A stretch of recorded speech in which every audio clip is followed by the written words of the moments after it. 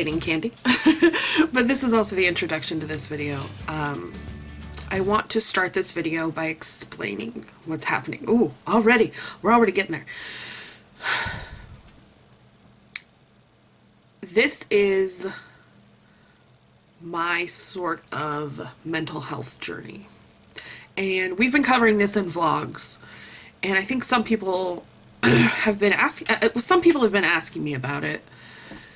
And they don't watch the vlogs. And they kind of asked me to cover some of this stuff in a standalone video. And I can do that.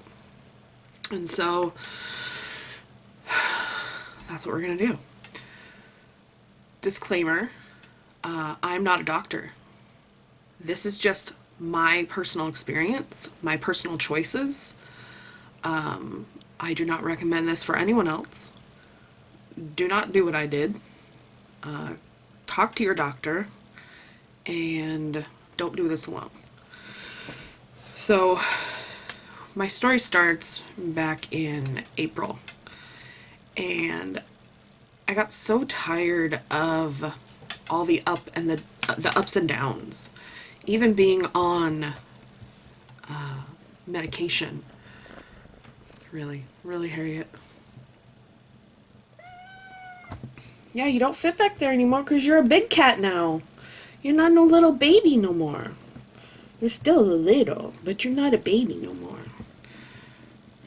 Okay, lay there.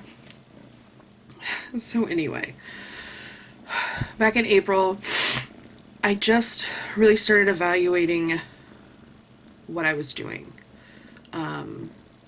Really looking into the diagnoses that my therapist had given me, and really diving into the aspects of these illnesses. And I'm clinically diagnosed with depression, bipolar 1, borderline personality, anxiety, generalized anxiety and depression. I was talking to a friend, and we were talking about Big Pharma and how they make so much money, and it got me thinking that I wondered what my life would be like without medication. And I've went on and off medication for the last 20 years. So I've been on and off depression medication for all of my adult life, really. And I wanted to see if it was actually doing anything. And now I know this is a controversial topic, but with the advances in cannabis and CBD and, which are basically the same thing, derived from the same thing, I just feel like I might be able to help myself instead of relying on a medication. And so I chose to take myself off of my depression medication. I was on Effexor extended release with an Abilify. I was taking the highest that they prescribe, the highest milligrams that they prescribe. And I still was a mess. And deep down, I thought, is this really helping me? Or is this just a bandage? Is this helping me deal with life? No. And I had come to a point with my therapist that he just wasn't helping me. He was listening but not offering any feedback. He wasn't offering any skills. He wasn't offering any way for me to come out of these episodes that I was having, because I was having these complete crazy mental breakdowns. Once a week, it seemed like. It was insane. And I was like, this isn't helping, and therapy's not helping. What the actual heck? And so all that combined, I stopped taking my medication. And The first couple weeks were really, really tough because the withdrawal symptoms were really bad. And the withdrawal symptoms for me were being tired all the time, but also not being able to sleep, dizzy all the time, brain snaps. And if you've never withdrawn from a medication like that, why do I have these around my neck?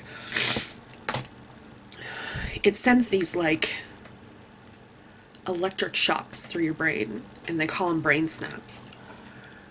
And you feel, you know, when your computer glitches and it just kind of blue screens for a second and then it comes back? That's what that feels like. It feels like you glitched. And it's not pleasant. The first 2 weeks were the worst. And then after that, they slowly started to dissipate, but it still had an effect on me. And so that was mid-April. This is now June 1st. So it's been about a month and a half. And it's still hard. But all in all, I feel like I'm living life now. I feel like I'm able to experience joy again. I also experience frustration again. And I have this thirst for knowledge again. I had become so complacent and just took everything at face value. And I didn't want to be that way. And so it was really hard. And so the next clips that you're going to see happened this week. And this is one of my episodes. This is one of my complete breakdowns over small stuff. So, you know, watch this with an open heart, I hope. And know that I was in a really, like, bad place at that moment. But I pulled myself out of it. And you'll see a little clip at the very end where I talk about pulling myself out of it. And then we'll talk about that. Hi guys. Okay. Had to pull over. I'm having a really bad day. And I don't know who to talk to right now. So I'm going to talk to you. I had a bad day at work. Got into an argument with a coworker. Because I asked him to stop talking politics. I asked him very nicely, like 3 times. I said, seriously, can you please drop this subject with me? You can talk about it with someone else. I don't want to speak about this anymore. And he just kept at it. And I asked him like 2 more times, can you please stop talking to me about this? And finally I was like, get the fuck out of my office. I don't want to talk about this. And he stormed off and slammed the door. But like, oh my God. Like, why? I was so nice the first like 3 times. Like, buddy.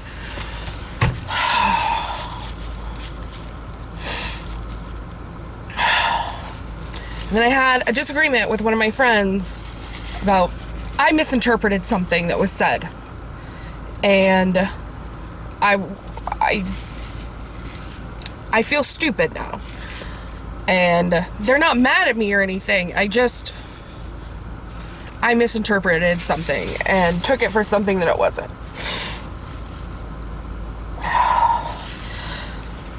So then I was like, okay, I'm making it through work. I'm gonna get there. You know, I hadn't cried all day. And I made it through work and I was like, okay, I'm gonna go, and if there's no cars in front of the nail salon, I'm gonna stop and I'm gonna get my nails done. I haven't got my nails done in, oh God, like 6 months. I got them done right before New Year's, and I haven't got them done since. And I went in, and it was my regular lady, and I never make an appointment. I asked her if I should make an appointment, and she said, no, you just come in. I'm like, okay. So I'm sitting there, and there's appointments for like these. There's an appointment with 4 people, and there's already 3 other people in there, and there's only 3 workers. And so I got up and I left, and she goes, "We almost done." And I was like, "No, I'll just come back tomorrow. Like, it's not a big deal."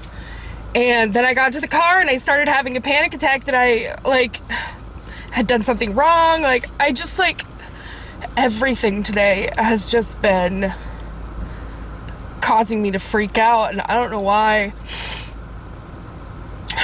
I'm really nervous about starting with a new therapist on Friday, so maybe that's like manifesting into like some really strong anxiety. And like, I don't know. I'm overwhelmed with life at the moment. I'm trying so hard to take care of my mental and my physical health, and it just overwhelms me. Because every time I try something different with my diet, it just screws me up for so long. Like, my doctor has told me, okay, I haven't told you guys a lot about this because, like, TMI, but I'm having some serious tummy issues, like how I'm processing food and eliminating food, okay? And so I've been like emailing my doctor back and forth, and so he wants me to try elimination diet, like eliminating certain things at certain times, you know, for a period of time, and seeing if that helps at all. So for over the past like 2 or 3 months, I've been trying really hard to like focus on that and like try to get rid of stuff that needs to, you know, that causes me issues. And these last 2 weeks, it's just, I feel the worst right now.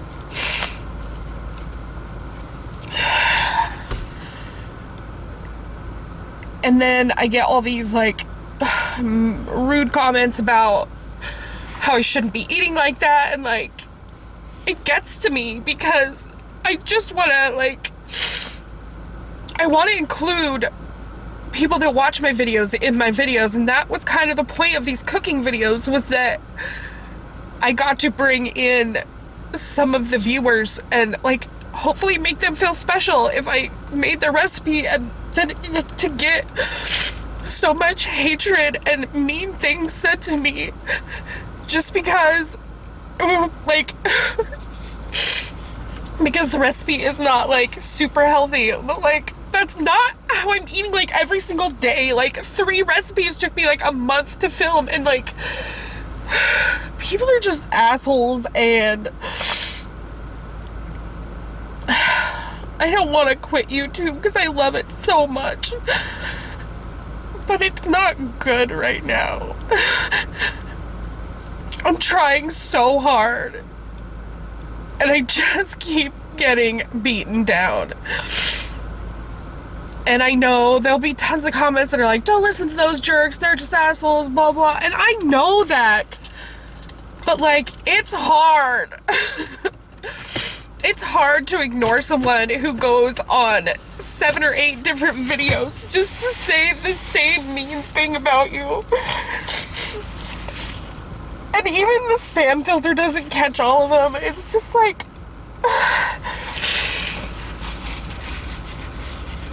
I just hate it.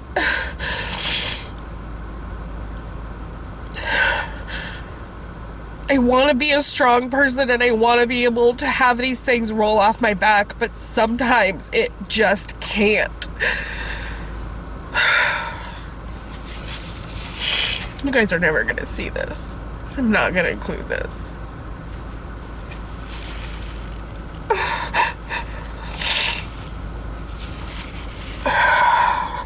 I'm sitting in the KFC drive-thru, or sitting in front of KFC crying my fucking eyes out. What a loser.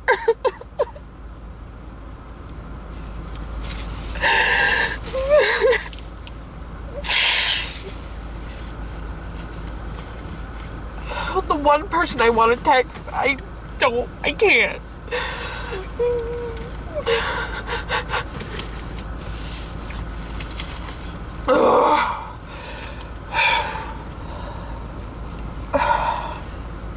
I pulled into this KFC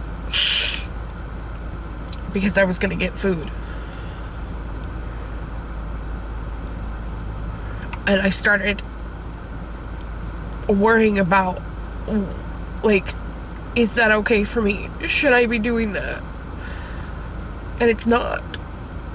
And I'm really, really struggling with my own body right now.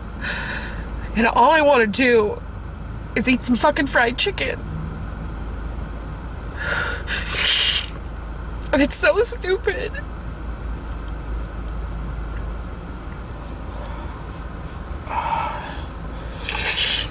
Do I look normal? I don't. Not even close to normal.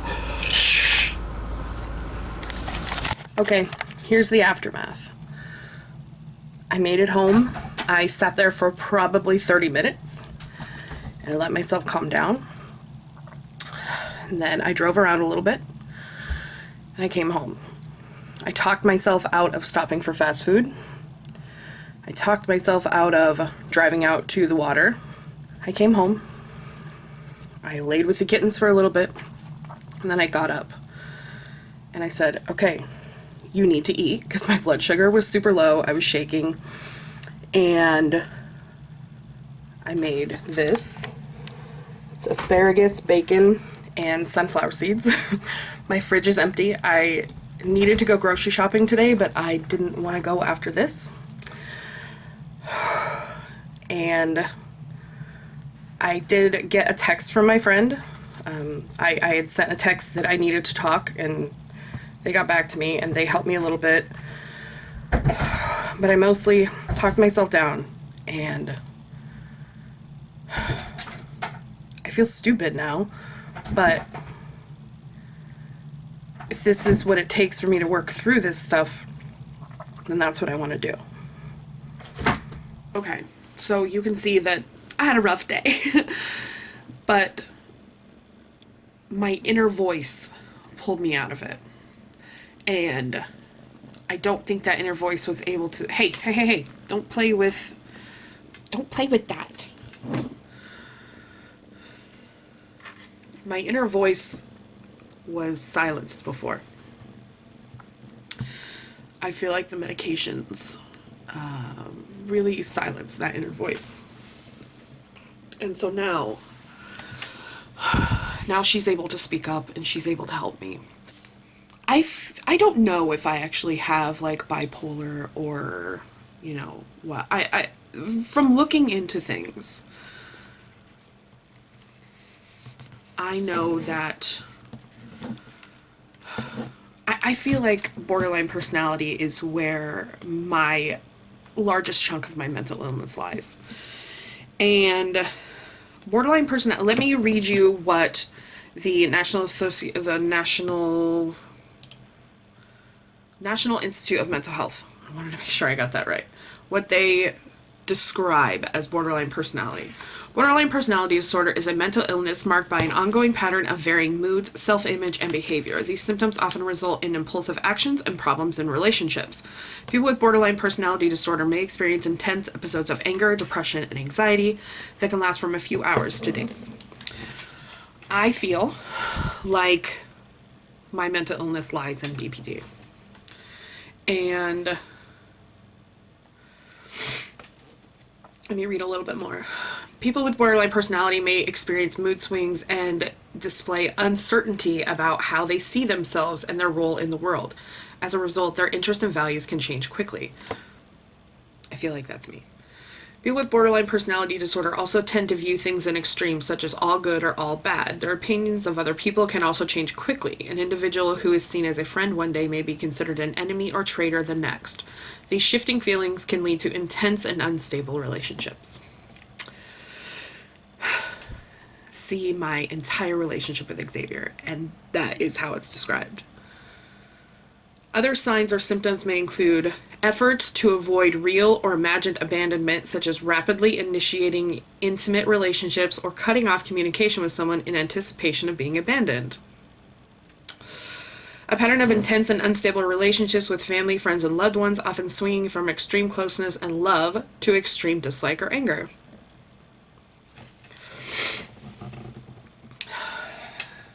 Impulsive and often dangerous behaviors such as spending sprees, check. Unsafe sex, check. Reckless driving and binge eating, check. Please note, if these behaviors occur primarily during a period of elevated mood or energy, they may be signs of a mood disorder, not borderline personality disorder. Self-harming behavior, such as cutting, is another. I haven't done that in a really long time, and I'm very thankful for that. Recurring thoughts of suicidal behaviors or threats. I don't have those. I scared the crap out of myself the first time. Intense and highly changeable moods, with each episode lasting from a few hours to a few days. Chronic feeling of emptiness. Yes, sir. Inappropriate, intense anger or problems controlling anger. Absolutely. And that's something you guys don't see from me, but I can get angry very bad. Like, I sometimes have a really short fuse. Difficulty trusting, which is sometimes accompanied by irrational fear of other people's intentions. This happens to me all the time. When Taylor and I first started dating, about 2 weeks in, maybe 3 weeks in, I was like, okay, I just gotta ask, do you have a secret family? And he's like, what?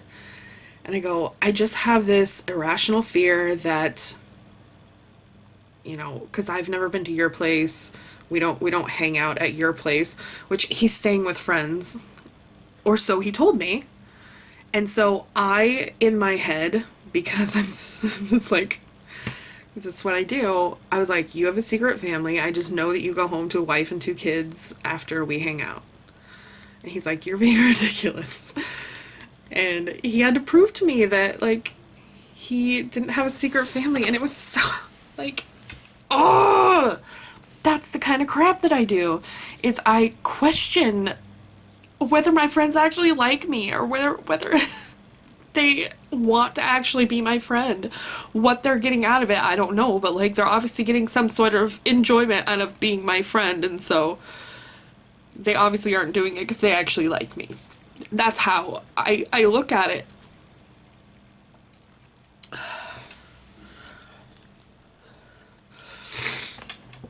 And the last one they have listed here is feelings of disassociation, such as feeling cut off from oneself, seeing oneself from outside one's body, or feeling of unreality. Not everyone with borderline experiences every symptom. Some individuals experience only a few, while others have many. Symptoms can be triggered by seemingly ordinary events. And that's what happened during that breakdown. It's just a regular day, just regular little things that happen all the time. And it exploded my world. Borderline personality cannot be treated with a medication. Borderline personality needs specific targeted therapy. And that's what I need. That's what I feel like I'll get better. I started with my new therapist yesterday, and he's amazing. I walked into the office, and on his printer he has a rubber duck that looks like a unicorn, and I was like, we're gonna get along just fine. Also, where'd you get that? A patient had given it to him, so he didn't know. So now I have to find it. But I need to target the reasons I'm acting this way. The reasons I have distrust in my friends. The reasons I have these episodes. And that's what I am choosing to focus on.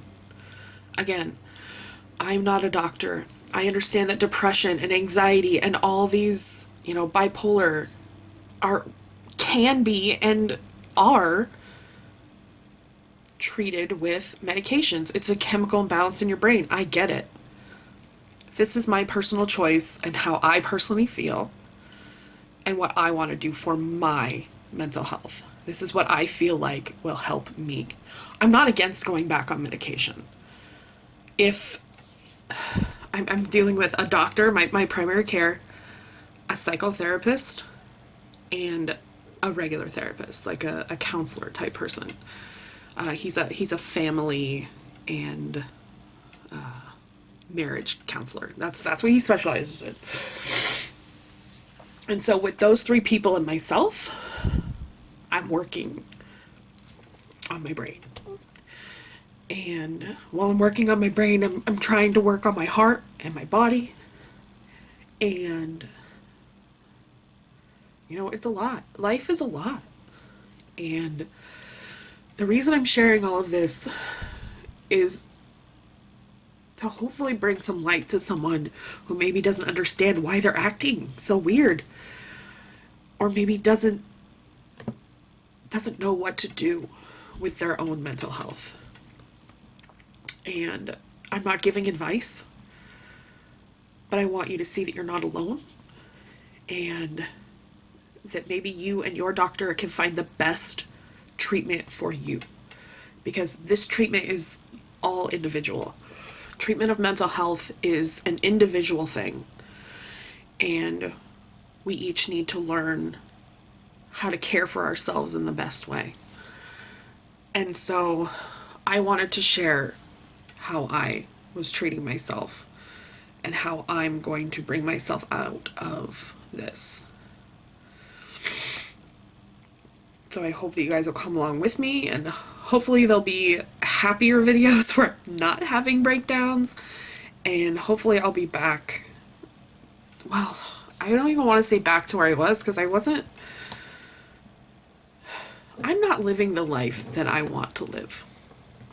I'm trying to get there, but I'm not living the life that I want to live. And my therapist and I are working on positive things and talking about things that I do want instead of things that I don't want. And so I want to be happy. I want to be healthy. I want to have a good relationship with food. I want to have a good relationship with my body. I want to have a good relationship with my friends. And I don't want to second guess everything that someone says to me. I said don't. See, he's already got me thinking. I just want to live. And I don't want to have to think about my mental health all the time. I want it to come naturally. And when I do have setbacks, I want to be able to cope with them in a positive way and pull myself out of, not even pull myself out, just have skills to deal with that kind of thing. All right. I think for now, I'm going to cut this video off. I hope that you guys understand that, again, this is my choice. I'm not recommending this to anyone. I am not a doctor. This is my own personal experience. Talk to your doctor if you want to change things up. Don't just do it on your own. Thank you guys for watching, and I will see you soon.